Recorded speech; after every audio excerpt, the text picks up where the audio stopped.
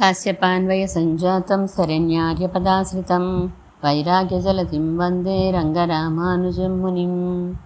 అందరికీ దాసోహం. ఆచార్యులను గ్రహించిన రచనలు మనం చదువుకుంటున్నాం.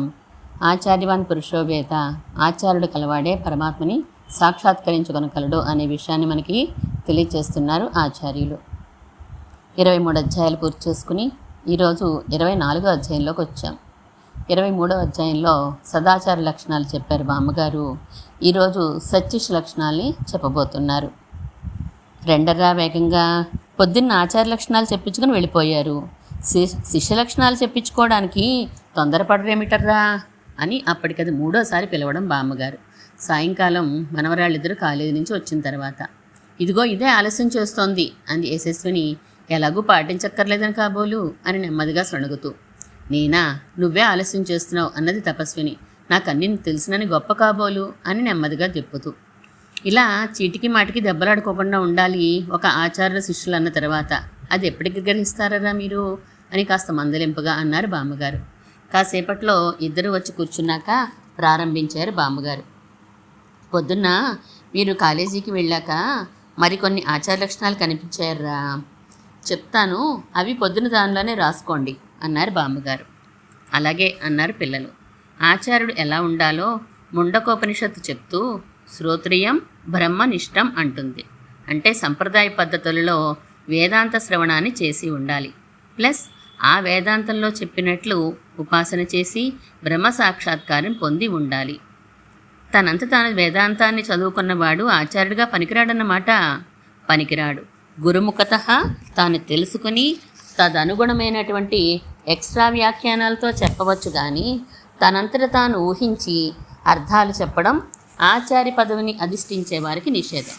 అయితే అలా వేదాంత శ్రవణాన్ని గురుముఖత చేసినా కొంతమంది ఐహిక భోగాల మీద ఇచ్చతోనూ కామ్యకర్మలలోనూ లౌకిక వ్యవహారాల్లోనూ జ్వరబడుతూ ఉంటారు. స్వల్ప సంఖ్యలో వారే అయినా ఇంకా కొందరు ఆ వేదాంత విషయాల్ని ఆర్థిక ప్రయోజనాల మీద ఆశతో ప్రవచిస్తూ ఉంటారు. బ్రహ్మనిష్టం అన్నమాట ఇటువంటి వారి అందరికీ ఆచార్య పదవికి అర్హత లేదు అని నిర్దేశిస్తుంది. ఆచార్య పదానికి వ్యుత్పత్తి చెప్పు బామ్మ. అచినోతి సహస్రార్థాన్ ఆచార్యే స్థాపయత్యపి స్వయమాచరతే తమాచార్యం ప్రచక్షతే.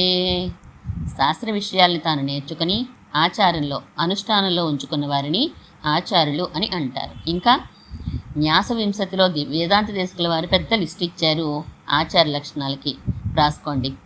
సిద్ధం సంప్రదాయే స్థిరదియం అనగం శ్రోత్రియం బ్రహ్మనిష్టం సత్వస్థం సత్యవాచం సమయనియతయా సాధువృత్యా సమేతం దంభాసూయాదిముక్తం జిత విషయగుణం దీర్ఘబంధుం దయాళుం స్కాలిత్యేసాసితారం స్వపరహిత పరం దేశికం భూష్ణురీప్సేత్.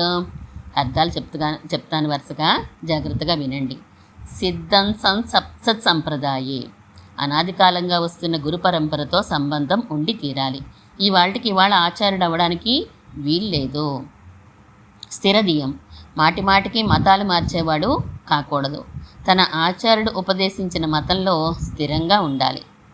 అనఘం, పాపకర్మలను ఎరిగి విముఖుడై ఉండాలి వాటికి. శ్రోత్రియం, గురుముఖత వేదాంత శ్రవణం చేసి ఉండాలి. బ్రహ్మనిష్టం, బ్రహ్మ సాక్షాత్కారం చేసుకోగలిగి ఉండాలి. అంటే ఉపాసన సాధన చేస్తూ ఉండాలి. సత్వస్థం, సత్వగుణోపేతుడే ఉండాలి. సత్యవాచం, భూతహితంగా సత్యం చెప్పగలగాలి.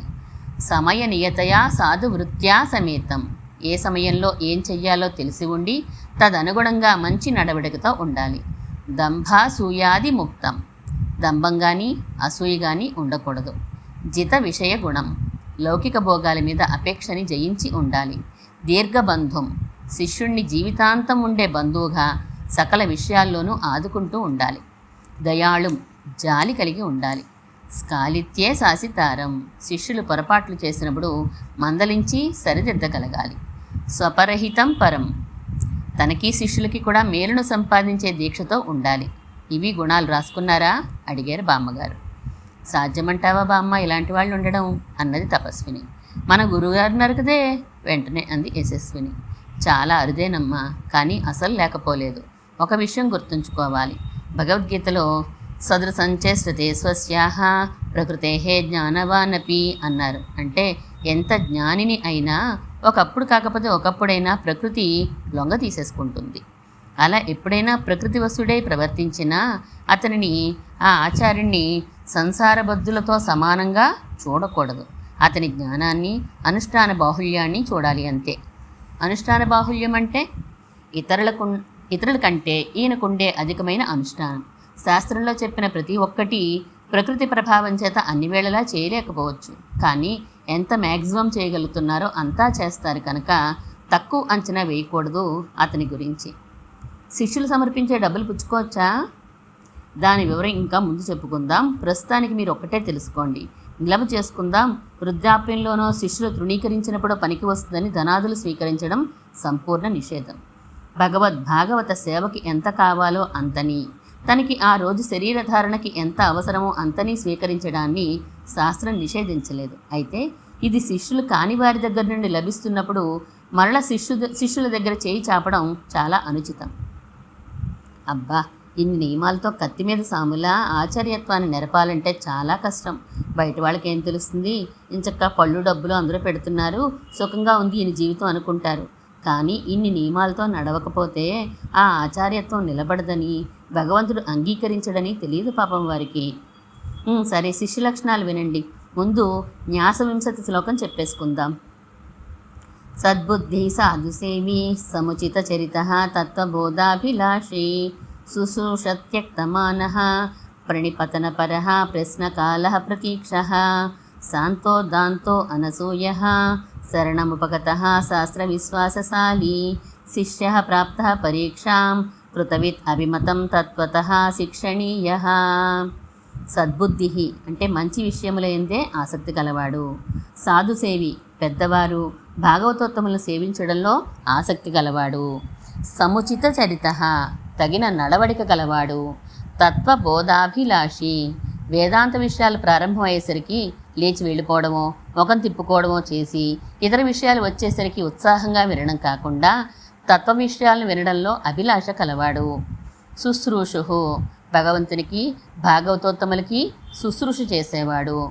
త్యక్తమానః ప్రణిపతన పరః అంటే గర్వం లేకుండా పెద్దలకి సాష్టాంగ నమస్కారం చేసేవాడు. ప్రశ్నకాల ప్రతీక్ష ఏ సమయంలో ఎలాంటి ప్రశ్న వేయాలో తెలుసుకొని అంతవరకు ఆగి ప్రశ్నించేవాడు. శాంతో దాంతః అంతో ఇంతో ఇంద్రియ నిగ్రహం కలవాడు. అనసూయ ఇతరుల గుణాలని దోషాలుగా ఎంచనివాడు. శరణముపగతః ఇది ఇస్తాను అది చెప్పు అన్నట్లు కాకుండా ఆచార్యులకి శరణాగతి చేయగలిగినవాడు. శాస్త్ర విశ్వాసశాలి శాస్త్రంలో చెప్పినవి అవునా కాదా అని సందేహాలు పడకుండా విశ్వసించేవాడు.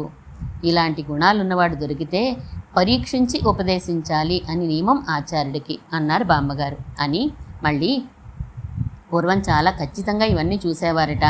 అందుకే తమ జీవితకాలంలో ఒక ఆచార్యుడు ఒక శిష్యుడికి తప్ప మరి ఉపదేశం చేసేవారు కాదు. కానీ రామానుజుల వారు అవతరించిన తర్వాత వారు లోకల దుర్గతిని మాత్రమే చూసి వచ్చిన సరే ఆర్తి గల వారందరికీ ఉపదేశించండి అని ఆజ్ఞ ఇచ్చారు.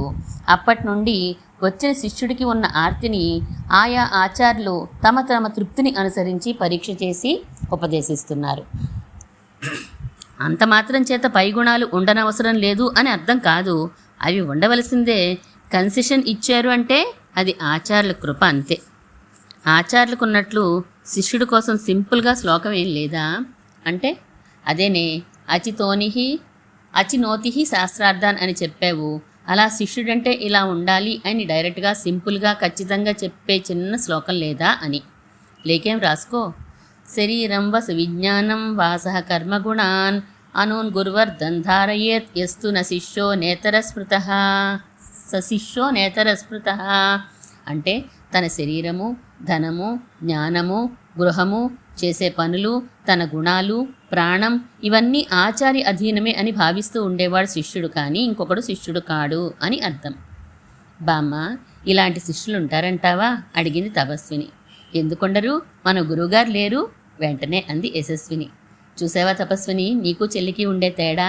ఇలాంటి వారు ఉంటారా అని ఆచార లక్షణాలు చెప్పినప్పుడు అడిగావు, ఇప్పుడు అడిగావు. రెండింటికి సమాధానం నీకు తెలుసు, నాకు తెలుసు. అయినా చెల్లి దృష్టి ఏ యాంగిల్లో ఉందో చూడు, సన్నగా మందలించారు బామ్మగారు. నిజమే, నా బుద్ధిని దిద్దుకోవాలి అనుకుని తలదించుకుంది తపస్విని. ఇంకో విషయం వినండి, ఆచార లక్షణాలు చెప్తూ ఉంటే ఇవి నాకెంతవరకు సరిపోతున్నాయని కానీ, నేను ఇంకా ఆచారిని అయిపోవచ్చని కానీ శిష్యులు ఆలోచించకూడదు. అంతేకాదు, శిష్య లక్షణాలు చెప్తుంటే ఇవి మన గురువుగారు పాటిస్తున్నారా అని సందేహించకూడదు అని నవ్వారు. యశస్విని, తేరుకున్న తపస్విని కూడా అవును, అలా రివర్స్లో ఆలోచించకూడదు అంటూ నవ్వేశారు. ఇంకా వినండి శిష్య లక్షణాలు. ఉపదేశం పొందగానే శిష్యులు అయిపోరట. మరికొన్ని లక్షణాలు చెప్తున్నారు, ఇవి ఉంటేనే శిష్యుడట. అదేంటి, మంత్రోపదేశం అవగానే ఆచార్య శిష్య సంబంధం ఏర్పడిపోదా? ఏర్పడుతుంది, కానీ సార్థకతో. వివాహం అవగానే భార్యాభర్త అనే పేర్లు వస్తాయి, కానీ భార్యలా ఆమె ఉండకపోతే అతను తాను భర్తనని అనుకున్నా ప్రయోజనం లేదు కదా. అలాగే శిష్యాచార సంబంధం మొదలైనా శిష్యుడు ఉండవలసిన తీరులో ఉండకపోతే ప్రయోజనం శూన్యం. వినండి వరుసగా ఎలా ఉండాలో. మొదటిది సాధ్యాంతర నివృత్తి, అంటే ఇతర ఫలములను అస్సలు ఆశించకూడదు అన్నారు బామ్మగారు. ఇతర ఫలాలంటే ఐశ్వర్యం లాంటివి కాకుండా మోక్షాన్నే ఆశించాలి, అంతేనా అడిగింది తపస్విని. కాదు, భగవంతుడిని ఆశ్రయించే ప్రకరణం కాదు కదే ఇది. ఆచార్య సేవ తప్ప ఇంకొక ఫలం ఆశించకూడదు అన్నది యశస్విని. మళ్ళీ నా ఆలోచన పొరపాటా అనుకుంది తపస్విని. నవ్వారు తప్ప క్లారిఫై చేయలేదు బామ్మగారు. రెండోది ఫల సాధన శుశ్రూష ఉండాలి, అంటే ఫలం లభించే వరకు గురు శుశ్రూష చెయ్యాలనా అన్నది తపస్విని. కాదు, నీ మొహం, సంస్కృతం నేర్చుకుంటున్నావేమో. గురు శుశ్రూషయా విద్య అని మనం శుశ్రూష చేసి ఆచార్యని సంతోషపరిచి తమకు కావలసిన తత్వజ్ఞానాన్ని ఆయన ఉపదేశించగా పొందాలి అని. సందేహంగా తన వైపు చూసిన యశస్వినితో నవ్వుతూ, లేదా ఆచార్య ముఖోల్లాసానికి సాధనమయ్యే శుశ్రూష చెయ్యాలి అన్నారు. తలూపింది యశస్విని అర్థమైందన్నట్లు తపస్విని ప్రశ్నార్థకంగా చూసింది. ఫలసాధన శుశ్రూష అన్నారు కదమ్మా, ఫలం ఆచార్య ముఖ వికాసం అనుకున్నప్పుడు తాము ఏం చేస్తే ఆయన సంతోషిస్తారో అది చేయడమే, అంతే తప్ప తత్వజ్ఞానం ఉపదేశిస్తారని కూడా ఆశించకూడదు. కేవల ఆచార్య శుశ్రూష వలననే ఆచార్యులు ప్రత్యేకించి ఏమీ వివరించకుండానే బ్రహ్మవేత్తలైన వారి కథలు ఉపనిషత్తుల్లో చరిత్రలో చాలా ఉన్నాయి అని వివరించారు బామ్మగారు. మూడో లక్షణం చెప్పు అంది యశస్విని. ఆర్తి, త్వరగా ఈ సంసారం నుండి బయటపడాలి అనే ఆర్తి, లేదా ఆచార్య సేవ ఎల్లప్పుడూ లభించడం లేదే, విచ్చిత్తి వస్తోందే అనే ఆర్తి ఉండాలి అన్నారు బామ్మగారు. ఈ లేదా లేదా అని చెప్తున్నవేటి బామ్మ, ఇదివరకు దేనికి ఇలా చెప్పలేదే నువ్వు అడిగింది తపస్విని. నీకు ఆ వివరం ఇంకా కొంతకాలం పోయిన తర్వాత తెలుస్తుంది. ఎవరి బుద్ధి ఎలా పరిణతి చెందితే వారు అలా తీసుకోవడానికి 2 రకాలు చెప్తున్నాను అన్నారు బామ్మగారు. నాలుగోది ఆదరం ఉండాలి. ఆచార్యులు చెప్పే గణాలను ఇంకా వినాలి అనే ఆదరం ఉండాలి. లేదా ఆచార్య వైభవాన్ని వింటున్న కొద్దీ ఇంకా వినాలి అనే ఆదరం ఉండాలి. లేదా ఆచార్య అనుభవ కైంకర్యాలని సంతోషంతో అవలంబించేద్దాం అనే ఆదరం ఉండాలి. 5 అసూయ ఉండకూడదు, అంటే గుణాలున్న చోట దాన్ని దోషంగా అనుకోకూడదు. ఆచార్యుడు భగవంతుడి గుణగణాలు చెప్తున్నారు, వాటి మీద అసూయ ఉండకూడదు. నువ్వు మరీ చెప్తావు బామ్మ, భగవంతుడి గుణాల మీద అసూయ ఉంటుందా అడిగింది తపస్విని. ఉంటుంది తల్లి. రాముడు వాలిని వధించడం, సీతమ్మని అగ్నిప్రవేశం చేయించడం లాంటి గుణాలని దోషాలుగా చెప్పేవారు లేరా? చెప్పారు బామ్మగారు. ఈ 5వ దానిలో లేదా అని చెప్పలేదే అంది యశస్విని నవ్వి. బామ్మగారు, లేదా ఆచార్యుల గొప్పతనాన్ని, తోటి శిష్యుల గొప్పతనాన్ని చూసి అసూయ పడకూడదు. భగవద్ విషయంలోనే అసూయపడే వాళ్ళు ఉంటే ఇక భాగవత్ విషయంలో ఉండరా? పెద్దలు చెప్తారు, ఎవరి మీద మనకి అసూయ కలుగుతుంది అంటే ఎవరు మనకి హితం చెప్తారో వారి మీద అని అన్నారు బామ్మగారు. నిజమే బామ్మ, ఈ మాట నువ్వు ఇలా చేయకూడదు అని గురువుగారు ఇంకొకరు చెప్పారనుకో, వెంటనే మనసులోకి అయ్యో తప్పైపోయింది అని రావాలి. కానీ మీరు మాత్రం ఫలానప్పుడు ఇలా చేయలేదా అనే వస్తుంది మనసులోకి. చాలా చెడ్డది కదా ఈ మనస్సు అంది యశస్విని కొంచెం విచారంతో. అలా తెలుసుకుంటే చాలమ్మా, క్రమంగా అదే తగ్గుతుంది. ఇంకా వినండి, ఆచరణ విషయంలో ఎలాంటి ప్రతిపత్తి ఉండాలో. మంత్రం, ఆ మంత్రపు దేవత, దాని ఫలంతో కూడి ఉన్న విషయాలు, ఫల సాధనం, ఐహిక భోగం, ఇవన్నీ ఆచార్యుడే అని ఉండాలి. అర్థం కాలేదు. మంతారం త్రాయతే ఇది మంత్ర, అనుసంధానం చేసిన వారిని రక్షిస్తుందని చెప్పిన మంత్రం, అలాగే దాని చేత ఆరాధించబడే పరమాత్మ, ఆయన వలన లభించబోయే కైంకర్యం, అది లభించే ముందర జరిగే అవిద్య మొదలైన దోషాల నివృత్తి, ఆ ఫలాన్ని ఇచ్చే సాధనం, ఆ ఫలం అనుభవించే లోపు ఇక్కడ అనుభవించే పుత్ర దార గృహ క్షేత్రాది భోగాలు అన్నీ ఆచార్యుడే అని ఉండాలి ఈ శిష్యుడు. గురురేవ పరబ్రహ్మ గురురేవ పరాగతి, గురురేవ పరావిద్య గురురేవ పరాయణం, గురురేవ పరకామో గురురేవ పరంధనం, యస్మాత్ తదుపదేష్టాసౌ తస్మాత్ గురుతరో గురుహు అని నిర్ణయం అన్నారు బామ్మగారు. బామ్మ, మళ్ళీ అడుగుతున్నాను కోప్పడకు, కానీ కొంచెం అతిశయంగా లేదు అని అడిగింది తపస్విని. అవును, ఆ ఆచార్యులకి ఆ అతిశయం ఉన్నది, యథార్థమే చెప్తున్నారు. మాతాపిత యువతయస్తనయా విభూతి అని రోజు చదివే శ్లోకానికి తాత్పర్యం ఇదే కదూ అన్నారు బామ్మగారు. ఎందుకంత అతిశయం అంటావు అడిగింది మళ్ళీ. ఉపకార స్మృతి అమ్మ, కృతజ్ఞత. నీకు అర్హత లేని ఉద్యోగం ఇప్పించిన రాజకీయ నాయకుడికి ఎన్ని రకాల సేవలు నువ్వు నీ కుటుంబం అంతా చేస్తారు. సమస్తం ఆయనే అని ఉంటారు కదా.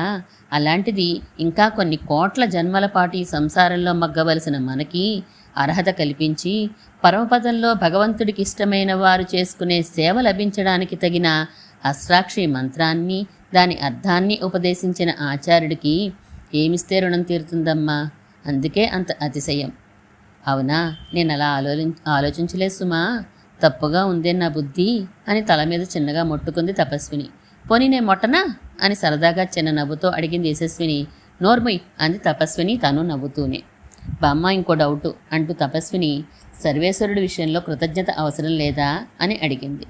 ఫస్ట్ ఆచార్య విషయంలో, నెక్స్ట్ భగవంతుని విషయంలో ఉండాలి.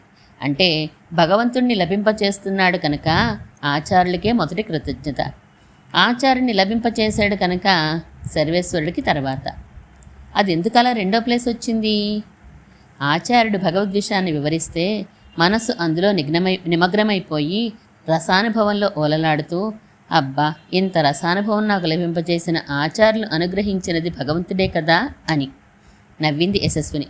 మొత్తం మీద చివరికి భగవంతుడే రసానుభవం, కృతజ్ఞత రెండు ఆయనకే సంబంధించినవే అని. అవును, భగవద్విషయంలో మనకి ఎంత ప్రావీణ్యం కలిగితే ఆచార్యులకి మన యందు అంత ప్రీతి అనుగ్రహం కలుగుతాయి అన్నారు బామ్మగారు. పదండి అంటూ కలిపి. శిష్యాచార్యులు ఒకరితో ఒకరు ఎలా ఉండాలో చెప్తానన్నావు అడిగింది యశస్విని. రేపు రేపు అన్నారు. అప్పటికే వంటిట్లోకి వెళ్ళిపోయిన బామ్మగారు అక్కడి నుంచే. మనం ఆచార్యవాన్ పురుషోవేత్త గ్రంథంలో 24 అధ్యాయాలు పూర్తి చేసుకున్నాం. 25వ అధ్యాయాన్ని తర్వాత అనుసంధానం చేసుకుందాం. శ్రీమన్మహాభూతపురే శ్రీమత్కేశవ యజ్వరః కాంతిమత్యాం ప్రసూతాయ యతిరాజాయ మంగళం.